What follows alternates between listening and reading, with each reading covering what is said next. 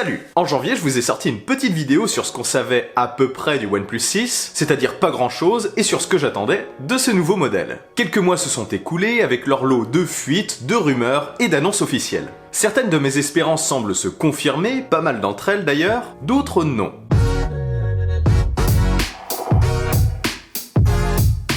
Alors allons-y, faisons un petit point de ce que sera probablement ce OnePlus 6.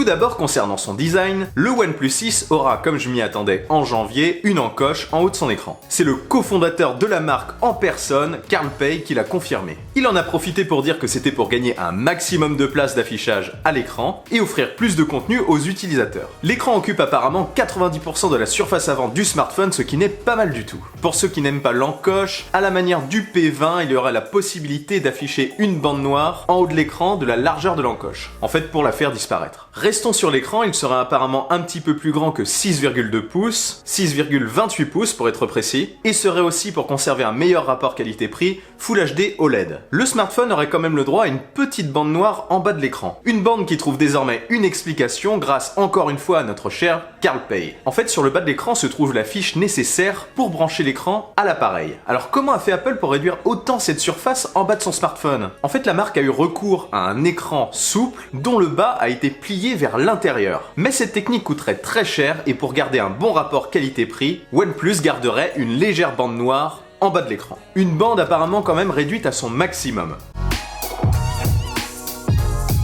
Retournons l'appareil. On a eu le droit à d'autres fuites plus récemment. D'abord un modèle avec un dos en verre, puis un modèle avec un dos en bois. Oui, vous avez bien entendu, un dos en bois. Si cette fuite est confirmée, je trouverais ça vraiment très intéressant et plutôt classe. À l'arrière, donc, vous avez en plus de ces finitions, un capteur photo désormais placé verticalement au centre. Une sorte de mix entre celui de l'iPhone X et celui du Galaxy S9 Plus, arrondi et placé au centre. La fuite d'une coque confirmerait d'ailleurs cette position. Concernant la partie photo, on n'en sait pas beaucoup encore pour le moment, à part qu'il y aura un double capteur photo arrière de 20 et de 16 mégapixels et un capteur frontal de 20 mégapixels. Sinon, mystère. En dessous de ce double capteur photo, on retrouverait un lecteur d'empreintes. Moi qui rêvais d'un lecteur d'empreintes sous l'écran comme je le disais dans ma précédente vidéo, oui, car Vivo avait présenté en janvier un prototype de smartphone avec un lecteur d'empreintes sous l'écran. Et comme Vivo, Oppo et OnePlus font partie du même groupe, j'avais espéré que cette année, le OnePlus frapperait très fort avec l'intégration d'un lecteur d'empreintes sous l'écran. Ça ne serait pas le cas. Allez, je rêve encore un peu et espère qu'il soit réservé à un modèle un peu plus cher. On peut toujours rêver, mais je pense que c'est mort. Autre info que ces fuites nous laissent voir, c'est la présence d'un port USB-C, oui, mais c'est surtout la présence d'une prise jack. Et même si c'est saut 2017 pour certains, ça reste quand même plutôt cool. La recharge rapide Dash Charge sera forcément aussi de la partie, c'est un point fort de ce produit. Mais la question de la recharge sans fil peut se poser. Pour garder un bon rapport qualité-prix, il est possible que la marque rogne sur cette technologie, cependant la présence d'un dos en verre et en bois pourrait laisser penser qu'elle sera présente. On verra, je croise les doigts. J'espère aussi qu'on aura le droit à de nouvelles enceintes d'excellente qualité.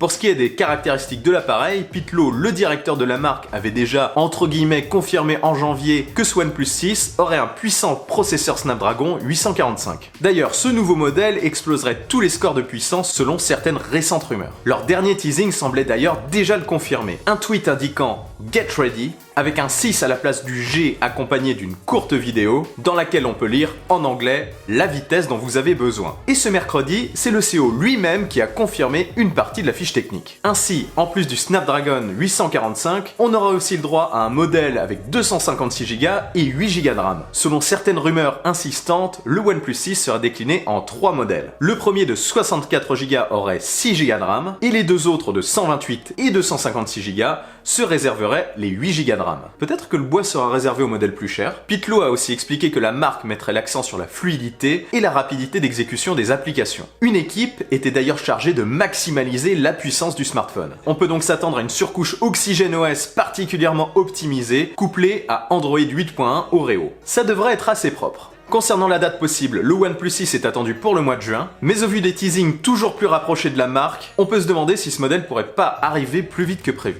En mai, le mois de juin reste quand même bien privilégié par les rumeurs, mais bon, le dernier teasing me fait douter quand même. Ah, je le vois bien arriver fin avril, moi. Pour ce qui est des prix, comme je le pensais, ils seraient en hausse. Comptez encore une fois selon certaines rumeurs, 535 € pour le modèle 64 Go et ses probables 6 Go de RAM, environ 600 € pour le 128 Go et ses 8 Go de RAM, et à peu près 700 € quand même pour le modèle 256 Go. Si tel est le cas, le modèle 128 Go me paraît être le plus intéressant. Il pourrait aussi n'y avoir que deux versions, un modèle 128 Go avec 6 Go de RAM et un modèle 256 Go avec 8 Go de RAM. On verra. Quoi qu'il en soit, il commence à me faire baver ce OnePlus 6. Pas vous? Dites-moi dans les commentaires ce que vous en pensez. Si cette vidéo vous a plu, n'oubliez pas de laisser un bon pouce en l'air et de la partager. Et si ce n'est pas encore fait, abonnez-vous à ma chaîne et suivez-moi sur les réseaux sociaux. Sur ce, on se retrouve très vite pour une nouvelle vidéo. Allez, salut!